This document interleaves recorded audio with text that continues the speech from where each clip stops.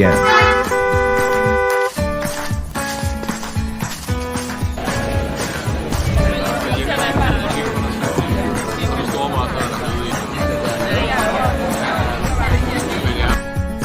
Now it's time to get creating.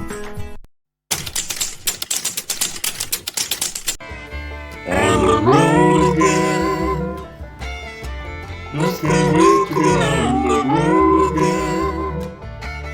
Like I love making music with my friends.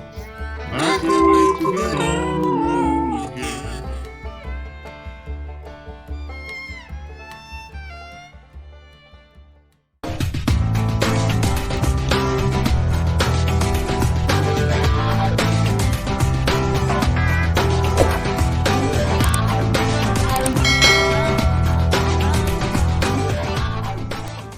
Hello everyone.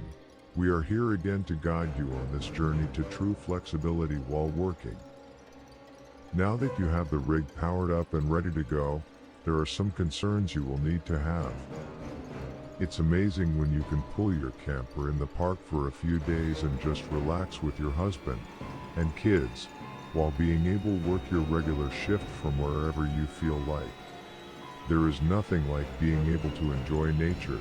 It definitely makes working easier. It's such a peaceful experience that anyone would appreciate. But hold on, how is all this happening?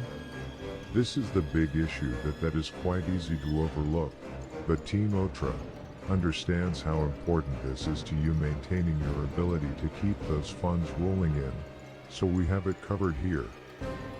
One promise we make to you is that all your concerns regarding working from home will be covered here. Anyway, wherever you are going to stop and work, if you are going to be relying on cell data service, do you know the signal quality of service at your destination, or on the route to the destination? Do you know if you are able to get at least 3 bars? For you to maintain any decent connection, you really need at least 2 bars. I would say 3. But 2 is okay for voice, but it will be horribly slow for data transfers, especially if going through a VPN. But that is another episode. You are looking at driving through tunnels that could be several miles long, cloudy overcast weather or general network issues. I would recommend at least looking at a signal map before you start traveling. Yes, this is important, unless you are familiar with the route. These are just some of the issues we truly have to address. Now let's get to the solutions. There are several signal boosters that can boost signals effectively from as far as 20 plus miles away. If your working location is fixed, a directional antenna will be an amazing option, as you can optimize your angle to get the best possible speed. The directional antenna focuses all its energy in one direction, so it's more efficient, but it requires more diligence, because you will have to know the location of the closest antenna, and try to align the antenna with it. Optionally, you may be better off with an omnidirectional antenna, because it is searching in all directions for the signal. This is best for, like in my case, when driving my RV across country, while working. Some antennas are very discreet, and they offer great portability, but these typically provide a lower benefit in terms of signal improvement. The directional antenna is typically a parabolic dish. Generally speaking, the wider the dish, the better it is with receiving the signal from. To get the best of both worlds, you would get both antennas, the omnidirectional while moving, and the directional while parked. Just a side note, in many cases, the boosting hardware can work with either antenna. To be real honest with you, it is always best to have some level of redundancy, just in case one method of connecting gets compromised, you can still stay connected. What about that important conference call in 20 minutes? Can you really afford to miss it? I do not think so. If none of the previous solutions seem to meet your requirements, or are just unstable, Elon Musk is here to save the day for you.